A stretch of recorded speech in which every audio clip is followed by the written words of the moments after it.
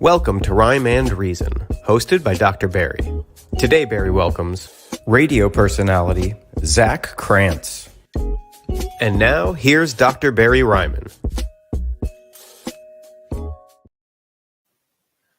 Hello. Episode number 11. That's going to be in the books. And this is going to be a memorable one. I can't remember a time that I've been so excited to actually have a guest on.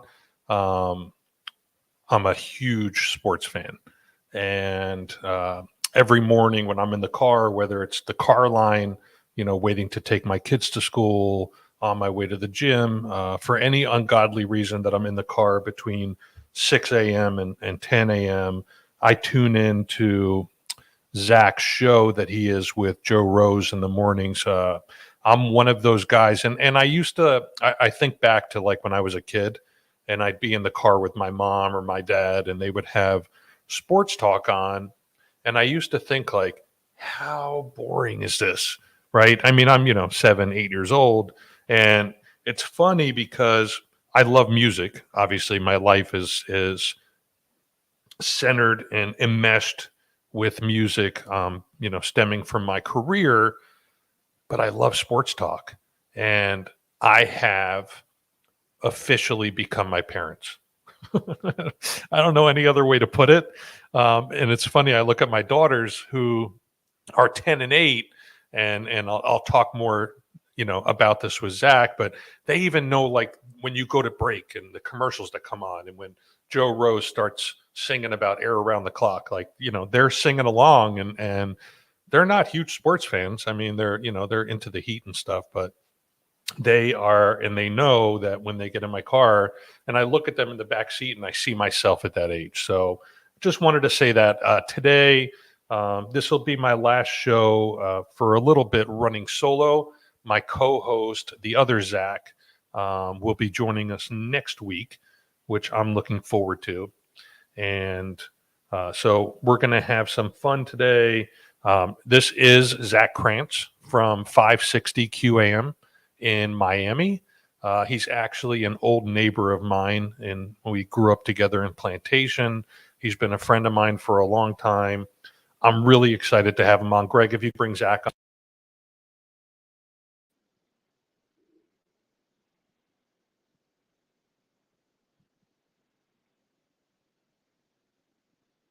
I think I can't hear you right now. Hopefully you can hear me. There we go. Okay, I can hear you now.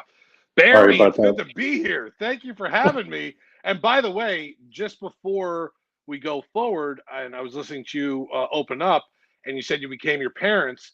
When I was 8, 9, 10, 11, I would always go to the University of Miami basketball games with my dad at the Miami Arena, old Miami Arena before they tore it down. There was probably 150, maybe 200 people in the entire arena watching basketball. I became ball boy, one of the dudes that like I cleaned the sweat, and like I was a ball boy for like anyone who knows old University of Miami basketball. Constantine Popo was like 7'5". He was one of those guys. He was on the team, and I used to get dressed out in my Hurricane Zubaz pants and my black Hurricane shirt in the visitors' locker room, and that was one of my first experiences with sports in general because I would get, they were in the Big East back then. So my one quick note on this is I got dressed out, came from school. Dad picked me up. We went down to the arena. I had to get, put on my entire outfit. And I got dressed out in the Georgetown locker room with John Thompson. He was the head coach of the team. And Dikembe Mutombo and Alonzo Mourning were on Georgetown at the team. Right. And I was by myself. It's right when you walked in the visitors' locker room, right to the left is where like my seat would be, like that I share with like 5 other ball boys. We could leave our bags there. John Thompson looked over when I walked in and started getting dressed, stopped his entire meeting he was having with the players, looked over at me like this and said, "What the are you doing in my locker room?" And I got totally freaked out and ran out of there. But piggybacking on what you said before, on my drives down there with my dad, we'd listen to Hank Goldberg, who's a legend in the afternoons down here in Miami. And my dad had an old school car phone in the car, the one that was like implanted into like the bottom. You took it off, you had a dial on it. It had the little antenna on the top. Right. My dad had that in the work van, which I'm sure we'll get to the work van soon because Barry knows what I used to drive around the neighborhood. But I called into Hank's show once, 12-year-old Zach on a from Plantation or Zach on a mobile, whatever they called me, because at the time the Miami Heat were going to trade Sherman Douglas for Brian Shaw all the way back in the day, and everyone's blasting it. And I called up and said, to be 100% honest, Mr. Goldberg, and he goes, "Don't call me Mr. Goldberg. I'm Hank." Well, to be honest, Hank, I think it's a great trade. Sherman Douglas is a good player, but Brian Shaw could shoot 3-pointers, and that's what this Heat team needs. Hung up, listened to the next 20 minutes, and Hank literally went on air and said, "We have the dumbest people in South Florida sports down here living in general. All you fans are so stupid. The smartest kid is a 12-year-old who just called me on his way down to the Miami Arena." And to be honest, I think that at 12, I'm 43 now, 31 years ago, I was born into sports radio. And look at me now, right? It's unbelievable. Yeah. I was gonna ask you about that. You and I are very similar in that aspect. I didn't get to follow my dream of being in sports radio, and I think I would have done a pretty good job. I will tell you that my lifelong dream, and I've been a Heat fan since 1988, since the day they got here. Okay, right. I've had dogs in my life, like dogs. My first dog, his name was Riley. My last dog that we put down a couple years ago, his name was Wade. And I'm talking about, John Sundvold. Like Pat old Cummings, school. Right. Rory Sparrow, all of them, right. I was very upset the other night. I think it was 2 home games ago that I think it might have been game 1 of the Eastern Conference Finals that Michael Biamonte he had to go to a graduation or something for one of his kids. And it was like his first game, my dream job is to be Michael Biamonte. Wow. And I think I have it. All right. I'm going to give you a little impression. I'm ready. Let's hear it. And now, stand up and make some noise for your Miami Heat. I mean, I think I could fill in. Right. Now, what we'd have to do is we'd have to literally slap you on the ass right before you did that because we need a little bit more energy there. But you got it. I think you're close enough where you have it. Too many steps. Right. But then also you got to remember what my favorite parts of what Mike Biamonte does outside of that and Dos Minutos and all that is when they do the announcements of the other players. When they do when it's and starting for the Chicago Bulls, Scottie Pippen, Michael Jordan, Bill Carter. You have to tone that down for them and then bring it all the way back up when you're doing the Heat. Yeah, I love the announcement. Mike Biamonte does a great job. If you're a Heat fan, you love Mike Biamonte. I like what he did. Remember a couple of years ago when Amari Stoudemire and the Knicks were playing the Heat in the playoffs, and Stoudemire fouled out the day after he went into the back and broke the fire extinguisher with his hand or whatever it was. Yeah. And he got tossed out of the game, and literally Biamonte said, "Amari Stoudemire has been," and he said something like extinguished or something. I don't know what he said, right. And he got in a lot of trouble for that, by the way. The Heat organization wasn't happy he did that. I, at that point, told Mike Biamonte, I think via text or something, you have literally the rest of your life, you're on full scholarship with me. That was unbelievable. Amari Stoudemire fouls out. He's been extinguished. It was unbelievable, right. And then they go to the line, and Michael Biamonte, even with the Heat, it would be like Tim Hardaway at the line. Right. One. Shooting 1. 2. Yeah. It went from shooting 2 to 1. Right. 1. So Andrew Sawson just popped in, and he said, "I think they should hire Dr. Barry for tonight." I'm in agreement with him. Actually, I'm going to the Heat game tonight with Andrew. I know you know Andrew. Right, Andrew, my man. Yeah, Andrew is one of the founders of Recovery Unplugged. Really great guy, huge Heat fan. He has this shrine in his house with signed jerseys from the Big Three and Jesus Shuttlesworth, whose jersey I'll be wearing tonight. I'm going to be wearing a Ray Allen jersey tonight that's all whited out. So anyways, as you could tell, I'm big into sports, and I respect you. I think that you have gotten to do something that many people can't say that they do, right? And I don't envy the hours you keep, because I'm sure, and by now you have to be used to it. No, never. You never get used to the hours. I don't care what anyone says, because guess what? I still could sleep like a college student on the weekends if my wife or my son didn't wake me up. I think that I could sleep till noon on Saturday and Sunday if nobody woke me. If like behind me, you see, like I'm in the bedroom right now because my office has been taken over by my wife. I literally will close the shutters on Friday night outside my window to make it college dark. Yes, I will make it college dark in the room. And my wife hates it because she wakes up at like 6 a.m. or 7 a.m. on a Saturday morning, and I am under the covers. I don't want to be bothered, nothing. But yeah, it's something. When your alarm goes off at 3:45 in the morning, and then I snooze it, like I don't get out of bed at 3:45. Don't feel that bad yet. 4:15, I'm in the shower or something like that. But yeah, you don't ever get used to it. Even Joe never gets used to it. Although now, I think it's been happening within the last couple of years, he doesn't set an alarm. He just wakes up. That would scare you know what out of me. Like he doesn't set an alarm. He just wakes up. He's got like he calls it old man disease. Like he's just up at like 3:30 no matter what. And I just don't know how he does that. I couldn't do that. I mean, even if like clockwork, I wake up, but just by that one chance that I hit REM sleep and I'm just, you just can't do that. I mean, he's got too many people counting on him. He's going to be calling in one day from his car. Okay. You're going to be at the studio and he's going to be in his car. He's going to be like, that old man clock just didn't work today. It didn't work. It broke. Right. It broke. Right. Right. So I've known Joe actually for a really long time as well. Prior to me moving to Plantation, I moved to Plantation when I was about 13. But from the age of 3 to 13, I lived in Pembroke Pines. And Joe Rose lived across the street from me. He lived in these townhomes called the Villas. Right. And my sister used to babysit for him.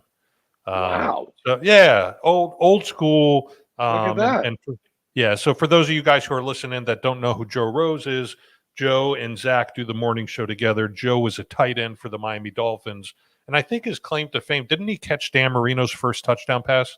Still bust his chops about that now because for years it was a myth of he's got the ball locked up. Who's got the ball?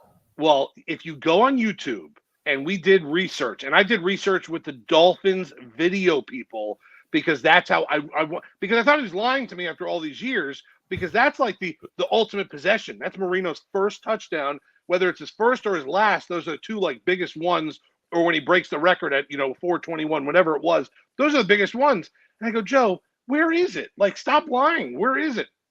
I don't have it. I'm telling you, I don't have it. And we go back and we slow mode watch the video. He catches the touchdown. He puts his arms out to like celebrate a little bit, and he drops the ball behind him, and you see a ball boy pick it up. So there's some lucky guy, ball boy, who's probably in his 60s or 70s right now, who might have held on to the ball, or it just got like put back into a rotation. And he says, and I saw that. Now, I don't know if someone went back and got the ball after that, but the video evidence shows, and we went back and looked, that he somehow dropped the ball, maybe the most important ball of Dan Marino's career, and he caught it. Yeah. Unbelievable. How did Danny not go get it? Right. How does someone from the training staff not say, "Oh, that was Dan's first, touchdown. He's our rookie. He came in. We got to go get that and give it to him." I would have been pissed off. If I'm Danny, I'd be pissed off. But for years, I'm telling you, no one believed him, including Danny, and everyone thought that he was lying and had it locked up somewhere.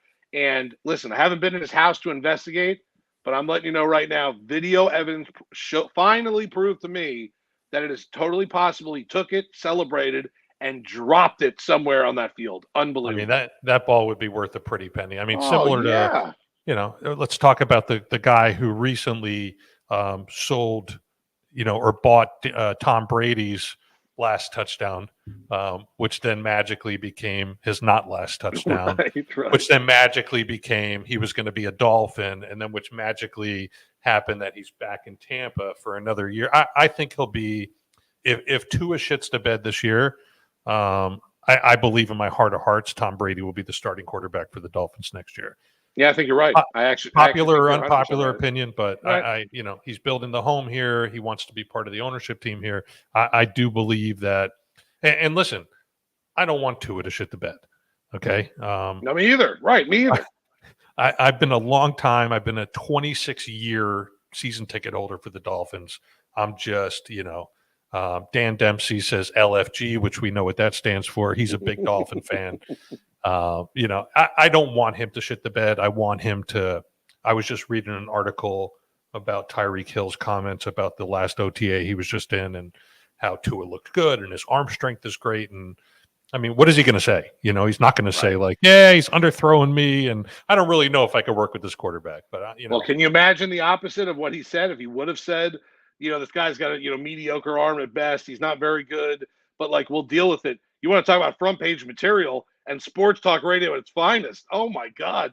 Yeah. He said the right things because, whether he believes it or not, his quarterback knows he has to have faith from his guys. And if his guys don't have faith in him, then the season's over before it even starts. But yeah, I'm with you too. I mean, listen, Tua got drafted and the next day I ordered my son a Tua jersey and I got the matching one. I want him to be here for the next 20 years. Right. Kiss of death. I never bought a jersey in my life. I think I have a Cam Wake jersey that I got from Ross. I think it's in my picture in the bio for you that I bought at Ross in Miami Gardens because I had to take a photo shoot for Zach in the Nose for our fantasy football show. And I needed something quickly. And I just bought the first jersey I could find. It was Cam Wake. I don't buy jerseys. And I bought two Tua jerseys and one big enough for my son to wear for a couple of years.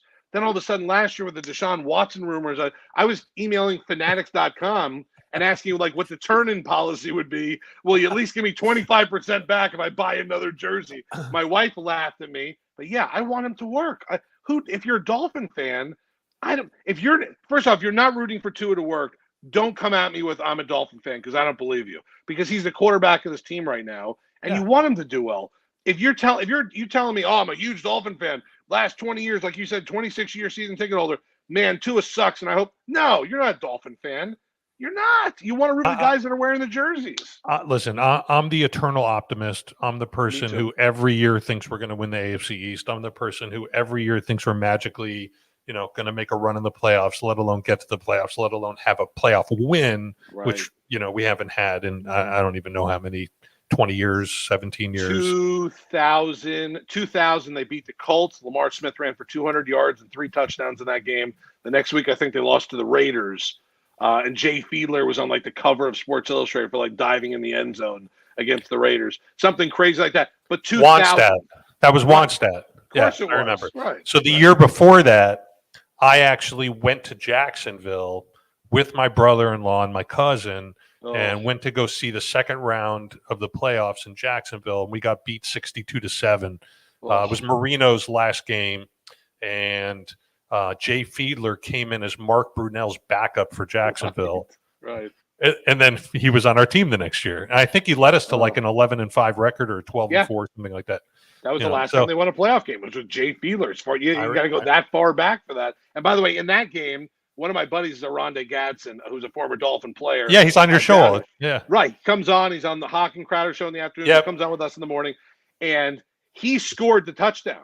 You said 62-7. He actually had the touchdown at the end of the first half. And at the time, he was branding himself a new logo, an OG like logo. And they were down 38-0 at halftime. And he caught a touchdown at the end of the first half and did the OG logo in the end zone. And we still bust his ass for that. Because they're like, what the hell were you celebrating? He goes, I wasn't celebrating. I was trying to sell shirts. Like, that's his best. That's the funniest thing I've ever heard from OG. Yeah, he's huge hands, too. Huge. I remember that. Like bear claws, right. Yeah, he would have those one-handed catches. All right. Right. So, listen, I could talk about this stuff all day. I think, you're going to have me on your show because I will talk sports until, from here until then. But, we do have an addiction, mental health centered podcast. But again, we talk about everything on here, and your life has been touched directly, indirectly through substance use, addiction within your family. And I was just wondering if you could potentially talk about it. You personally haven't suffered with any type of substance abuse issue, at least that I know of. But I know just from, speaking with you in the past that you've had some people in your life that have, and I was wondering if you could potentially talk a little bit about that, what that was like for you going through this on the other side. Like, I see it all the time. And the people I help are usually the people who are affected, but I'll do work with a lot of families.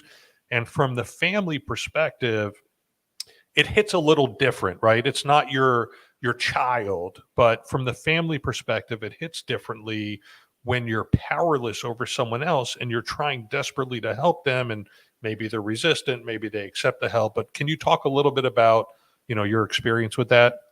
Yeah. Well, I never, like you said, I never directly hit me or my core family growing up. My mom, my dad, my brother. We're lucky. We're blessed. We never had something like that happen internally in the house. When I got married, my wife's mother, my mother-in-law, she just passed away in the last, about year and a half, 18 months.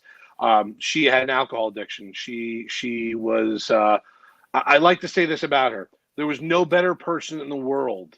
And this is including my core, my mom, my dad, my mom, my dad, my brother. Mm-hmm. There's no better person in the world than Patty when she was sober. And there was no bigger nightmare when she was drinking. And she had this, terrible addiction. And it wasn't a kind of daily thing. There were weeks, months would go by. Everything was fine. She was clean. She was sober. She was great. She was unbelievable. And then something would happen and she'd fall off the bandwagon. I've called you, I fall off the wagon. And I called you a couple times just for advice because I knew exactly what you're doing. And I knew you were helping people, and not just the people that had the addiction, but like you said, the families also. And because I didn't know what to do, but I wanted to help. And I wasn't sure how to handle situations. Because I would get upset. I would get really, really. By the way, Randy Grimes, I'm not that I'm trying to. Randy has been on my show or our show in the afternoon, in the morning at Super Bowl Radio Rose for years. Big shout out to Randy and Ray Lucas and all the guys that Randy's worked with in the past. Randy does a fantastic job. You told me before that Randy's been on with you, I love Randy. And Randy doesn't maybe remember me personally or whatnot, but I remember him. That's the impact he's made with me, having him on all those Super Bowls. So I'm glad that you're listening. And honestly, you're awesome. Like, I love Randy. Listen, he's the man. I don't know if if you go on Spotify, the show's on Spotify, and you could check out his episode. But just what an interesting guy. Awesome. He was, talking about, and listen, he was drafted. He was in the same draft as Dan Marino. Right. Okay. Right. He was he was a second round draft pick in 1983, and we talked about him getting that call. He was in Texas. He went to Baylor undergrad, and we talked about him getting that call, and he described it as this seaside city of Tampa Bay. And he talked about how the Bucks were a playoff team the year before. And, he didn't know, because I gave him shit, if you only knew, I called the Bucks the redheaded stepchilds of Florida. They the Jaguars were, didn't exist back then. The Dolphins were up here and Tampa Bay was down there. So, but he talked about playing for, I think he said 12 different starting quarterbacks. Wow. As a center, that's a big deal. In 10 seasons, he played 10 seasons. Right. So, Randy is a really great guy. He's a really strong person. Love Randy. In recovery. Big fan. Yep. And Randy just said to you, Zach, of course, I remember all of our Super Bowl talks. You are the bomb. There you go. Right. He's just a good overall dude. I never knew him before we met on Super Bowl Radio Rose, and not to jump off what I was saying, but just to see him listening and comment on that just made me feel really good, because I really love Randy and what he does. And throughout the years of the Super Bowls, talking with him, and like I said, guys like Ray Lucas and guys like that really brings everything into perspective when you're celebrating a big week of Super Bowl and all the celebrities are walking around and former players like Randy are walking around. And to hear stories like that really makes you, put things in perspective. Anyways, I'll go back. So I didn't know how to deal with my mother-in-law. I wasn't sure, because like I said, if 90% of the time she was an absolute angel, I really mean that. Like, she loved people, she loved animals. Like, she would like she was just the nicest, most genuine person in the world. And then she would drink, and then it would the demon came out. And I wasn't sure what to do with that. And I wanted to help. And we tried to help so many times. And it just never it never fixed itself. And I know that that's an easier thing to say than do. Oh, it'll get fixed. Don't worry, we'll take care of it. No. And she didn't, when she passed away, she didn't pass away, anything like that. She ended up having cancer, and a lot of things happened internally. But yeah, that was my real first, I guess you could say, direct impact from that. Growing up, and I know you'll know the name, and I know that, this person, growing up was like a cousin of mine. It was like family best friend, but he pissed off a lot of people and got a lot of people in trouble. Peter Citron. He was like my cousin. Peter was he was literally my best friend in high Right. school, and he's a big part of my story of addiction. I actually had, I had a grand mal seizure. Peter and I went to a Heat game one night. Okay, this was I got clean in '96, so this was just like a day or two before Thanksgiving in 1995. We went to a Heat game. We went to the Golden State Warriors game. I'll never forget this. Peter had just moved to his own apartment in Coral Springs. Right. He was back from Tallahassee. I was back from UF. We were both we were two peas in a pod because we were both very sick together. Right. And I remember I stole drugs from him and then helped him look for it at his apartment. This is the sickness, right? He had roofies, which were in back then. And I remember taking them and then helping him look for it. And then he stole my credit card and went to Ecker Drugs to buy like diapers and baby. He was having a kid and literally stole my credit card after I had stole his drugs. But anyways, I had a seizure on his floor when we got back from the game. I don't really remember much, but I woke up with his finger in my mouth because he said I was trying to swallow my tongue. And that wasn't even my bottom, that I got hospitalized, and I didn't get clean for another 8 or 9 months after that, but Peter, I was at his Shiva and at his, it was terrible. But go ahead, talk about Peter. No, but Peter to me was like my big brother growing up. When it came to sports, like you said, he's a huge sports fan. A Knicks fan. Huge Knicks fan. Jets. Fan. I hate Knicks and Jets. God, did I hate him for that? And his dad. Him and his dad. His dad. Oh, right. So this is a genuine story because all the bits and pieces. And growing up, he was like, I grew up with 3 families that were very, very close. It was Peter's family, it was my family, and my Lauren and Abby growing up were like my sisters, and they were from another family. But Peter was the only guy. It was me and him. Everyone Baker? else was girls. Lauren and Abby Baker? No, Lauren and Abby Cantor. Like at the Cantor, time. And now, Cantor. Oh, okay. So those 3 families. I mean, when I would talk about in the plantation where we used to grow up when I grew up in Atlantia, growing up, we used to call it the Jewish ghetto because it was all townhouses and everyone was on top of each other, but you knew everybody. You knew all the people that lived on the opposite side of the development to the other side of the development. Everyone met at the big pool on Saturdays, at the small pool if you wanted to go smoke a cigarette. Those are the kind of things growing up. And so Peter was my guy. Peter was my guy. He was my big brother growing up. And he used to take me to baseball card shows all the time. Come over, have your mom drop you off at the house. I got my driver's license. We'll go and this and that. And we used to go every weekend to Coral Springs Mall, or we used to go down to Fort Lauderdale to some hotel, Yankee Clipper, whatever it was. And I didn't know, obviously I was too young to notice, but he was changing and so was I. He was a couple of years older than me. So his life was changing in a wrong direction. And mine was I was just kind of growing into, becoming a young man, going from a boy to a young man. And I didn't really notice until he went to college or right before he went to college what was kind of going on. And then all of a sudden it was like, you can't really go hang out with Peter. It was like, yeah, you're not, Peter got in trouble, this and that. Peter and the families used to get together, and Peter used to use me as if I'm going to hang out with Zach.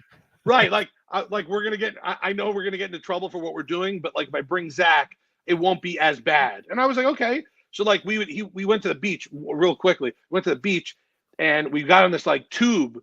And obviously when you don't sit still on the beach, you move left or right and you go at a rapid pace. We got on it. He knew we were going to float out to sea. And we must have floated about a mile down Fort Lauderdale, the Strip, all the way to Commercial from Sunrise, something really bad. They called the Coast Guard. They were called all these people, and totally when we they found us, Peter totally blamed it on me. Zach made us, go on the raft, and I'm like a kid, this is, but this is growing up. This is my guy. I love Peter, and I still do, and I miss him. desperately. Like I wish that everything worked out for him. I know he had a child and he had a family and he was trying, and I know how hard it is. And so like that was kind of my first like, whoa, somebody close to me has got a problem. And I didn't really know how bad it was or what it was. Like I didn't know what was going on. For me back then, it could have been someone says, oh, he's got an addiction to pot. Like I didn't know what drugs were really at the time. You hear about him, you see him on TV, but unless it hits home, close to home, like it did there, I really didn't know. So that was my first kind of like introduction to like what it could be, what it is. But it really hit me hard, and really I saw it up close and personal with my mother-in-law, and it was sad because, like I said, 90% of the time, amazing, angel, did everything for you, and then the other 10% of the time there was a demon, and it wasn't her fault, and I get it, and this and that, but it made me really kind of educate myself on what to do in circumstances like that, or how to try to help, because you can only try to help. You can't push someone that doesn't want to be pushed. And when you do, sometimes it gets worse. And I found that out also by thinking, no, I'm gonna make her stop. I'm gonna help do it. And it would get worse instead of getting better. So I learned the hard way. My brother-in-law too had some issues too in the last couple of years, and he's kind of overcome that by himself, which is great. But there were moments where I didn't want him in the house because I was afraid that like I would go to the bathroom and come back out and my wallet would be gone, the cell phone would be gone, the TV might be missing. Like I just didn't know, but I wasn't sure. I never was around that really growing up. You know, it wasn't my mom, my dad, my aunt, my uncle. The closest I had was Peter, and I didn't know at the time. Peter, it wasn't bad at the time with Peter, where I just wasn't allowed to hang out with him at a certain point. I didn't realize till about a decade later why I was being held back from hanging out with Peter. And it's just I'm blessed. I'm lucky that it hasn't happened to me or someone in my core. And I say my core is my wife, my son, who's 4.5, my mom, my dad, my brother. But it hit very close, and with my in-law, and it was sad. I was sad every day for her when it was bad, but I cherished every single second when it was really good. And I think that sometimes people don't understand to do that. They're more worried about what tomorrow could bring, or what it's going to be like if the binge goes on for 3 or 4 more days. How bad can it get? I learned, and maybe it was from talking with people or having a conversation with you about help and what I could do, about enjoying and trying to cherish the moment in front of you, and not the moment 10 minutes from now, 20 minutes from now, a week from now, a day from now, a year from now. And that helped at the end with her also, because when she got really sick at the end, and I say this in a good way, even though it might sound not great, when she first got diagnosed with cancer, they told us about the treatment, and it was going to be like a 9-month, really heavy, but it wasn't going to save her. It was just going to prolong for about 9 months. And 3 days later, she died in her sleep. And it wasn't because of anything, or we weren't told like, oh, she had a heart attack, or she died. And I looked at my wife, and you can't really say this to your wife or to someone, like, we're blessed that it happened like that. But even to this day, I keep saying it could have been so much worse, by watching her, get worse and get worse and get worse and get more sick and get more sick, knowing that any day could be the last day. It just sort of happened in the middle of the night. We woke up to a phone call. It was really, really sad. My wife still obviously, is in deep, deep pain from it. But it really made me put life in perspective, especially with her and someone who has a problem or has an issue, and someone who doesn't know much about it outside of hearing about it or watching it on TV or talking with someone, like Dr. Barry about it. Thank you for sharing all that. And what I heard you really say is you spent a lot of time being powerless. You spent a lot of time, and that to me is one of the biggest bitches about this disease of alcoholism addiction. Right. When it comes to a loved one who's struggling, you don't have control, right? No. You don't have, we can't snap our fingers and make that person change, make that person put the bottle down. We can't will it for them. We can't want it for them. We can want it for them, but it's not going to translate into them wanting it for themselves. So I commend you for the way you handled it. I mean, you've been through, and this has been probably a tough few years, ever since your son was born, your wife was sick, right? Yeah, my wife in 2010, we were we were at Universal Studios. Me and her, we were those dorky couple with no kids that would go to like Disney World and like Universal. Yeah, I did that. We did it all the time, right? I get made fun of now, like on the radio, on the show about it a lot, like because we used to go like with no kids, and I used to love the Food and Wine Festival at Epcot. Right. We used to do all that stuff, and we ended up going to Universal one weekend, and she'd been not feeling well for a couple weeks, but there was no kind of this is what's wrong. And we were in the hotel at Universal in the middle of the night. She got up and walked straight into the wall and fell down. And she was totally dizzy, couldn't see anything. And we were like, all right, well, we got to get you to the hospital. We went to Dr. Phillips Hospital in Orlando, spent a week there. They did not tell us what was going on because they weren't sure. And finally, I just said, I'm taking my wife home. And they told me I had to go see a blood doctor immediately when we got back home. And obviously, when that happens, there's something more to the story than what they were telling you. A hematologist. We saw a hematologist, and within 2 hours of the hematologist taking blood tests and checking everything, he said, listen, your wife's got a very rare form of leukemia that's only children and babies get, and no adults survive it.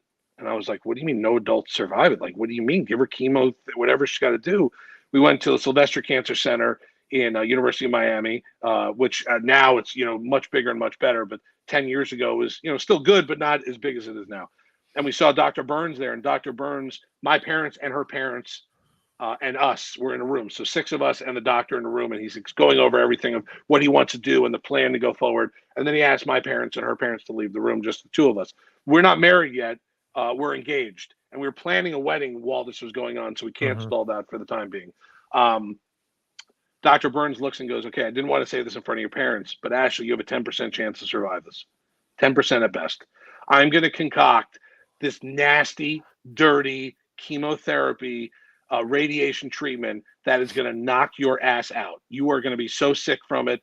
But if that 10% is going to work, this is going to be the reason why, because between you being strong and this nasty every single day chemotherapy, she must have had 40 treatments of chemo and 35 or 40 treatments of radiation. She'd come back from radiation, her whole body was orange, she had full body radiation. It just totally knocked her on her ass. I mean, I can't even imagine. Then she had a bone marrow transplant. She had the whole deal. Now we're 11 years later, 12 years later, she's fine, in full remission. That 10% worked. So we are blessed. We are lucky. I say blessed a lot. I know. It's a great. I have the chills. I only tell the story because there's a good ending. If there wasn't, I don't know if I'd be able to tell the story without, hyperventilating at the time. And then, like you said, my son, who's 4.5 now, was born at 24 weeks. My wife got very, very, very sick, severe preeclampsia. She got checked into the hospital on a Monday, so Monday afternoon we went to the hospital. They checked her in, said you're here until the baby comes. And she's at 23 weeks and 5 days or whatever at the time. We stayed there every night for the next couple of days, and I would go in the morning to do the radio show. I'd leave at 4:00 from the hospital, go to the radio show, come back to the hospital. Thursday night, we went to bed. She said she was choking a little bit. Something was wrong, this and that. I went to work. She called me at 6:15, which is 15 minutes after we started, and said that she can't see out of either one of her eyes, and she's drowning. It was fluid building up in her lungs, not coughing. It was fluid, and she was literally drowning in her own body. I ran but I jumped in my car, Miami Gardens, drove to Joe DiMaggio, the Memorial Hospital, and ran down past security. There was a police officer. There's like people chasing me, but I was like, I'm getting to my wife. I got to see what's going on. I walk in there, and the OBGYN walks out hysterical crying. And I'm like, oh my God, what happened? She goes, if we don't do something soon, we're going to lose them both. And I was like, lose them both? What do you mean lose them both? You got to help. She goes, we're going to do everything we can, but your wife's really sick and the baby's in really bad shape. We have to get him out today.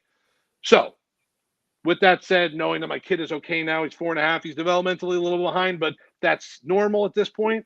He's getting better. He's 40 pounds. He's got Krantz girth on him. He's good. Everything is fine. My brother, my dad, me, we're girthy. We know what it is. But I would have been the perfect example of somebody who could have fallen right off the ledge. Twice in my life, I heard, we're either going to lose your wife or we're going to lose your wife and kid. And I promise you, nothing can punch you in the nuts harder than that and punch you in the neck harder than that than hearing that. I heard it twice. My wife's the strongest MFer you ever seen in your life. Doing what she did, surviving both those things. I'm emotionally the biggest wreck you've ever met from that, but I hold it back pretty well. But yeah, so I've been through a lot of shit, and yeah, I would have been one of those examples of someone that you could have seen that, fell off and totally, fell off the cliff, like totally. But she's strong enough to keep me intact also, and everything's okay right now. Knock on wood. He's doing much better. She's doing great. I'm the wreck, but everything else is fine. Listen, you are not a wreck, okay? There's an old saying, and this saying is, we are usually doing better than we are feeling. Meaning, right. Okay, it's a deep statement. We're usually doing better than we are feeling. We are our own worst critic, okay? There is nobody in this world that can judge you more than the way you judge yourself. And then when we look at other people's lives, whether it's on Facebook or on Instagram, and we start to compare our insides against other people's outsides, it really is just a recipe for failure. But if you look at what you've been through and these, what I will call severe tribulations that you've overcome, and you weren't even patient, you weren't, you weren't the one who went through what Ashley went through. You weren't the one that went through, what she went through again. Right. Okay. Again, right. But you were just as much a part of that as she was. And the way you have dealt with that with grace, and what I think it's brought you, Zach, and you could tell me if I'm wrong, but probably an overwhelming amount of gratitude. Okay. Oh, yeah. I mean, think about, like, people don't have problems. Okay. Right. After what you've been through. In other words, like, I don't care what's going on in your life. And everybody has what I like to call high class problems. Okay. My tire is low. I need to go stop to put air in my tire in the car that I own, where half the population in this world don't own a vehicle, right? These are high class problems. But when it comes to family, when it comes to health, I don't, and again, this is just my opinion, I don't think there's a comparison. Okay. Yeah. I'd be remiss if I didn't bring up, the tragedy that occurred yesterday in Texas, at that elementary school, and how there are, families today that sent their elementary age children. And I have two of them. I have a girl who's in second grade and another one who's in fifth grade. I couldn't imagine the gravity or that feeling. And I still own a home in Parkland. So that Parkland tragedy that occurred 4 years ago in April, right? I don't have any words, and so, like, in life, and it's shitty sometimes that we have to have really bad stuff that happens to us to make us great. Like, have you ever been in a cast? No, I have never been in a cast. Okay. How about that? Okay. How about that? I've torn my knee up 3 or 4 times when I used to play football back in the day. But I don't think I ever wore, maybe like an air cast, because I thought I was going to lose my leg, but that's about it. But no arm cast, right? All right. So I've been in multiple casts, and so whether it's been on my leg or my arm, there's nothing worse than having to shower with a cast on, okay? Especially if you have an arm that's in a cast and you have to put a bag over it, right? And then you're literally trying to clean your entire body, shampoo, condition with one hand, okay? The day you get that cast off, and that first shower you can take, you are so grateful. You're so grateful just to be able to take a shower, okay? When we have bad stuff that happens to us, and then all of a sudden we regain the ability to do the normal things that we take for granted to do, there's an overwhelming sense of gratitude. Right. What I call it is our built-in forgetter. And the way it ties in, and I'm going to tie it into the show with addiction, if you think back to the very first time you ever got shit-faced drunk, and you got so sick, and I'll share mine, right? I was probably 13 or 14 years old, crazy drunk, crazy sick, and I am on my knees in front of that porcelain god of a toilet, and I am puking my guts up. And you know what I'm saying? I will never do this again. Right. I will never do this again. And then magically, a few days later or a week later, I find myself doing it again. Yeah. So we have what's called these built-in forgetters that we tend to block out the pain and only remember the good times. So I think part of remaining grateful is not to dwell on the bad that we've had, but never to forget it either. You know what I mean? Like, don't forget it. Remember where you were. Look at where you're at today. I mean, you're an awesome guy. I'm going to switch the topic for a second. Okay. I want to talk a little bit about, and literally this podcast can go on for 2 hours. Like, I love talking to you. And it won't. I won't put you through that torture. But, athletes that are in recovery, right? There's been, over the past couple of years, recovery, addiction, recovery, the stigma behind it was a real thing for a lot of years in this country. Forget about athletes, right? If you struggled with addiction, you didn't talk about it. But if you were, if you did, you were looked down upon. You're a drug addict. You're a junkie. You're no good. And now you have these prominent athletes that have come out and talked about their recovery. Darren Waller on the Vegas Raiders, right? Right. He is a fucking stud, first of all. Okay. Forget about his addiction and all that stuff. He is a stud of a tight end. Yes, he is. But he came out a few years ago and talked about being in recovery and sitting in meetings. We have our new head coach, and I'm not sure if you know about this or not, but Mike McDaniel for the Dolphins, he's 10 years sober and openly talks about his recovery. So we're trying, or we're making an attempt, I think, within the public to lessen the stigma when it comes to addiction. A few years ago, and I'm going to tell the story really quick. I was driving home from work. This was probably 3 or 4 years ago. And I was, of course, listening to talk radio, but this was the evening.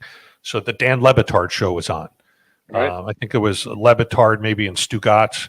And they had the Heat were playing at home that night against the Milwaukee Bucks. And they had this guy on the line named Vin Baker, right? And I'm sure you know who Vin Baker is. So, of course. I had no idea at this time, a number of years ago, that Vin Baker had struggled in his past with addiction. It just, wasn't on my radar. So I'm listening to this interview they have with Vin, and Vin is talking about his story and his history and how he blew through $100 million in the NBA, and how Howard Schultz, who is the owner of Starbucks, but who at the time was the owner of the Seattle Supersonics, is very close to Vin, had put Vin into treatment, and Vin went through treatment and became an ordained minister. And then Howard Schultz made him this barista manager at a Starbucks in Connecticut, where Vin is from. And he was the only 7-foot-tall barista in the history of the company. Okay. Right. And then there was this story of redemption, how Vin eventually got back in with the Milwaukee Bucks and was doing the color analyst on the TV broadcasts, and then got promoted to player personnel and development, and then eventually got promoted to assistant coach, where he now sits on the bench. I'm listening to this interview. I'm sitting in my driveway, and I had gotten home, and another 15 minutes and I walk inside and I say to myself, I have to connect with this guy. Right. I just have to do it. So I go inside, I start doing research. He has this Bouncing Back Foundation, and I make a call, and this guy RJ answers, and I said, RJ, listen, I'm Dr. Barry. I'm with this organization called Recovery Unplugged, but I'm not even calling you about that. I just sat and listened to Vin Baker, and I had no idea, but I felt this connection. And can you get me on with him? And he thought I was crazy, and we wound up talking for like 45 minutes. We're talking shit. The Heat game's on. He's rooting for Milwaukee. I'm rooting for Miami. He goes, at the end of the conversation, he's like, I'll tell you what. He said, I'm going to be with him this weekend. He's actually going to be in Connecticut. I don't know if there was like an all-star break or what was the case. If he wants to talk to you, I'll put together a group message. And sure enough, on Sunday, I get put into a group message with RJ and Vin Baker, and we start shooting the shit. And I get on a call, and I wind up talking to Vin for like 2 hours. And he was the most, and still is the most down-to-earth former NBA superstar. So humble. At the time, he had like 8 or 9 years sober. Now I think he has about 11 years. And when that season ended, he hopped on a plane and I hopped on a plane and we both flew to Austin, and he came and toured our Recovery Unplugged facility. And ever since then, he and I have become dear, dear friends. Just awesome. An awesome human being. But what he's done is how he carries his message. There is no shame. He talks about his history. He wrote a book, From God to Starbucks. Okay, it's just a superstar's journey through addiction. Awesome. But he's taken his platform now, and he's gone public with it. But he is now paying it forward. Just a year ago or a year and a half ago, and I won't share any names because of HIPAA, he put me in touch with one of the head coaches in the NBA for one of the 31 or 32 teams that there are. And I got that head coach's son into our treatment center. And that's awesome. It was cool. And Vin was actually in Miami playing the Heat. I went and picked him up at his hotel, brought him to our facility. He met with this coach's son. He is one of the most selfless people I've ever met, who really doesn't have a need to be selfless. Okay. Right. That's a great story, man. It is. And today he is a dear, dear friend of mine. I'm going to be getting him on the show. He doesn't know it yet, but I was waiting for the season to end. I texted them, every week, but they went through it, with the Celtics. So I'm letting that sit for a second. Yeah, give a breather, right? Yeah, they're my second favorite NBA team. Okay, me. That's all right. Right. Just because it's not the Knicks or someone, you're fine, right? I could never. I know. I could never. I mean, no. I was at those games. No, I was at the games where P.J. Brown is flipping Charlie Ward and Alonzo Mourning is hanging on to Jeff Van Gundy's or whoever. It was Van Gundy on Zoe. Van Gundy handing on Zoe's leg, yeah. So I could. Do you know that I saw Allen Houston at an airport coming home from one of my Super Bowl radio rows. My wife picked me up, and I walked out, grabbed my bags, and saw Allen Houston. And I put my bag in the car, and I got in the car, and I'm like, pull up over there, Ashley. And she goes, why? I go, I think I know that guy. And I put down the window, and I'm like, Allen Houston? And he looked, and he goes, yeah. I go, Allen, don't take this the wrong way, but fuck you. And I said that to him. And then I go, drive, Ashley. And he kind of laughed. I'm like, I'm a Heat fan. Don't take this the wrong way, but fuck you. And I drove up, and I felt like it was relief. It was like something that was just sitting in my neck for like 15 years. Since 1993 or 1994. I had to call any of my friends my old friends that were Knicks fans and told them the story, and they all laughed. I told the story on the radio that Monday, and people were like, oh, thank you for doing that. But it's just funny that, listen, that's what sports does to somebody. You want to talk about someone who holds a grudge for a long time, talk to a sports nut, they'll hold a grudge their whole life. Listen, that ball that he shot is still bouncing on the rim. I know.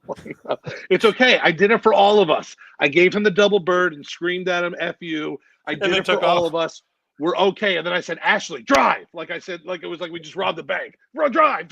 And then we ran off. So, have you ever seen him again? No. Nope. And even if I was near him, I wouldn't go near him. I did it. I exercised the demon. It's gone. I felt better. Plus, the Heat have won a couple championships since then, and the Knicks still stink, so that helps also. But, I had to do it that one time. Speaking of sports, I had to do it. So there's another one of my friends who I've also gotten close with over the last – I've known him now for probably 5 or 6 years, who is coming on the show, Stevie Franchise. Yeah, of course. Okay, so Steve, he's actually still in Houston, but he comes down to Florida all the time, and he is – I played I played around the world with him. I did play one-on-one with Vin Baker, by the way. He beat me. It was the first to one, but he beat me. I would have bet on him also. So just no offense, but I would have bet on him. Right. But so my point is, there's a lot of people, and some of the stuff I know, especially with some of these retired athletes, right? There's a recipe set up for addiction. Okay, if you think about it, they have money. Right. They have free time. They're no longer in the spotlight like they used to be, right? So the cameras are not on their every move. They're bored, okay? Because not everybody, gets a $375 million contract to be in the booth. Of course not. Right. Like our friend Tom Brady has. That's it. That's the one. You just named the one. Right. Right. And another thing I noticed as you're saying this, and I have a couple of buddies that are former Dolphin players, and you ask them what they miss the most, and the first thing they say is the locker room, the camaraderie with the guys, and this and that. The second thing they miss most is kind of like the schedule. Like, you got to be at camp at 6. You got breakfast at 6:30, 7:15 meeting. And a lot of the times when guys don't have that after having that for 10, 12, 15 years, all the way from college through the pros, that's when they kind of lose like the place. And that's when you see a guy go into a dark place when he doesn't have that structure anymore. So it's funny when you were saying that, I was thinking about a couple of the guys that I used to talk to that would always say, yeah, I miss the locker room and joking around with the dudes. And yeah, of course I miss the money, but I got plenty of money now. But I really miss the structure. And it was weird to hear someone say that because you don't have any rules anymore and you're a millionaire. Well, it's not that. It's just the fact that they were on a schedule. They knew what they had to do every day. And then all of a sudden, it's gone. You got money. You got time, like you said. You don't have cameras around you anymore. So a lot of the times there's only two ways to go with that. One, to a good place, or one, to a deep, dark place. Yeah. I mean, we in I don't know if this is a fair comparison, but I guess it kind of is. If we're talking about Spotlight, we at Recovery Unplugged work with a lot of musicians. Right. And I don't want to say a lot, right? Only 10% of our clients are actually musically inclined, but we work with some, what I would consider some pretty talented, well-known musicians, both directly and indirectly. And a couple years ago, Andrew and I were out in Seattle, and there's this organization called Music Cares, which is a branch of the Grammy Foundation. If there's ever an artist who is struggling with substance use disorder that no longer has money or they don't have insurance, they can qualify for a grant to go to treatment. And we are a co-sponsor. We're a co-sponsor with Music Cares. So once a year, and it hasn't happened over the last couple of years because of COVID, but once a year they host this very intimate concert called, they give away what's called the Stevie Ray Vaughan Award. So 2 years ago, Andrew and I were in LA, and it was given to Macklemore. So he put on this very intimate show with a bunch of different artists, Kesha, and there were a lot of artists there. But the year before that, one of my favorite bands in life is Pearl Jam. And so the year before that, about 3 years ago, I would say, they had honored Mike McCready from Pearl Jam. He got the Stevie Ray Vaughan Award. And Duff from Guns N' Roses was there to present the award, and they played this really small concert. And one of the things that was talked about, and I don't remember if it was at the Mike McCready show or Rob Lowe was the host of the Macklemore show, and they talk about how musicians are very depressed. Okay, it's go, go, go. They're always on tour buses. They always have to put on a phony face when they're out on stage. They always have to perform no matter how they're feeling. They have tons of money and there's tons of substances. Right. So when that limelight disappears, very similar with athletes, they fall into a deep, dark place, right? Imagine, and you know this because you're on the air every day, right? Imagine if you had to have your radio personality that you have from 6 a.m. to 10 a.m. Monday through Friday, if that's how you had to be every single day of your life. Right. I'd be in big trouble with my wife to start off with, right? Yeah. Like, that would be like I got a big ego, right. That'd be a tough place to be. And then you take that person who has a head. Thanks, Andrew. Andrew was giving 1,000 to 1 odds on Barry versus Vin. I was close. Right. Okay. He missed his first shot. I backed him down, missed the layup. He goes, no back downs. Wow. And then, you should have just shot the jumper. Right. I got the video. So anyways, Andrew, suck it. So I think that it is important to understand that athletes, musicians, all of these people that we deal with on a one-to-one basis are just people. Right. At the end of the day, they're just people.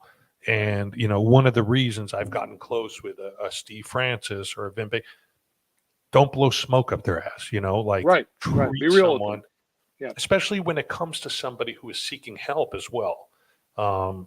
Listen, we rambled and we talked, and this has been, Zach, I love you, man. Like, this is like my kids listen to you in the morning. I listen to you in the morning. Joe has a terrible singing voice. I mean, god awful. 20 years. Rock with Air Around the Clock, Air Conditioning Company. That was my line for a long time. Air conditioning company. I know. Oh, that was you. Terrible Air voice. conditioning company. Air conditioning company. That was me. Any last thoughts you want to share? I'm so happy to hear that Ashley, your wife, is doing great. I'm happy to hear that your son is doing great. I'm not happy to hear that your mother-in-law lost her life, but I believe she's at peace now. We probably could have talked about that a little bit more, but obviously she's in a place now where you did bring up a point with her that when she's on, she's amazing. And what you notice really about people in recovery, and you look at the person they were then when they were using and the person that they are when they're clean, we're really good people. Right. Like this is up close and personal. I know. And I'll end you with this. First off, thank you for having me. This has been great. Talking with you is very easy. And I don't really tell the stories a lot, not into detail like I did with you. But obviously there's a comfort level between the two of us because I've known you for so long, and just keep going. I know it sounds weird, and keep learning. And then that's one thing that I've learned from being in the situations where I would say cousin Pete, from cousin Pete to my in-law, to my mother-in-law, you never stop learning about how to help or what to do. And I'll never stop, and I'll always help, and I'll do what I can to help other people at that point too, because you learn a lot from those situations, but you really learn who the people you could depend on the most when you're in that spot. And like you said, it wasn't physically happening to me, but mentally, two of the darkest spots I've ever been in my life were those two spots. And that's with my wife getting sick both times and my son obviously being born so prematurely. And I learned very quickly about that stuff, and I just continue to try to learn about everything I can and never think that I know the answer, because even though I might have an answer for something, someone might have a better answer. And that's what I've kind of learned through this whole thing. And it's made me, listen, I'm the oldest 43-year-old you'll ever meet in your whole life because of all the bullshit I've been through, but it's also made me the strongest 43-year-old mentally you might have ever met in your life because of what I've heard and what's been said to me. But I'll always be there to help in any way when it comes to just about anything. And I always do. And Andrew knows that too. I've known Andrew my whole life, basically.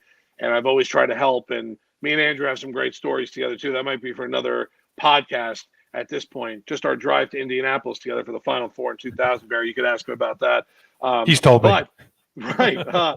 But in all honesty, I appreciate you having me on. I'm glad that we finally got it taken care of. And honestly, this has been good therapy for me, just to talk with you about stuff, because like I said, I don't normally bring this up. Anyone that listens to the radio show knows my whole life. I'll meet some random person on the Publix or on the street, and they're like, "Oh, you're Zach from the Joe Rose Show. Like, how's your wife doing? And how's your son?" And to me, that's like, wow. A lot of people can't talk, and my job is to do that. But a lot of people, even in my situation, won't go into detail about what's going on in their life. And I feel like for me, a podcast, my radio show, the thing I do, Krantz's Corner, whatever it is, you learn a lot about somebody. But like I said to you before, I'll never stop trying to learn more and just educate myself on anything, because I haven't been through everything, but I've been through a lot. Yep. You also have Zach in the Nose. And we have Zach in the Nose Fantasy Football Show. You're right. I mean, that's coming back too. Listen, you do a lot. And I just want to leave you with this. As lucky as you are to have your wife, she is equally as lucky to have you. Okay? Because I just by talking to you, the way you express yourself, the way you talk about her, the way you talk about your lives, I mean, that is, I feel it here. It's heartfelt. Yeah. So, just know that, again, you're doing better than you're feeling. And if you ever need to talk, man, I'm always here for you, even if it's just to shoot the shit and talk about sports, okay? Of course. Anytime. Thank you for joining Rhyme and Reason. Episode number 11 is in the books. Zach, you've been awesome. Thank you so much. Thank you, Dr. Barry.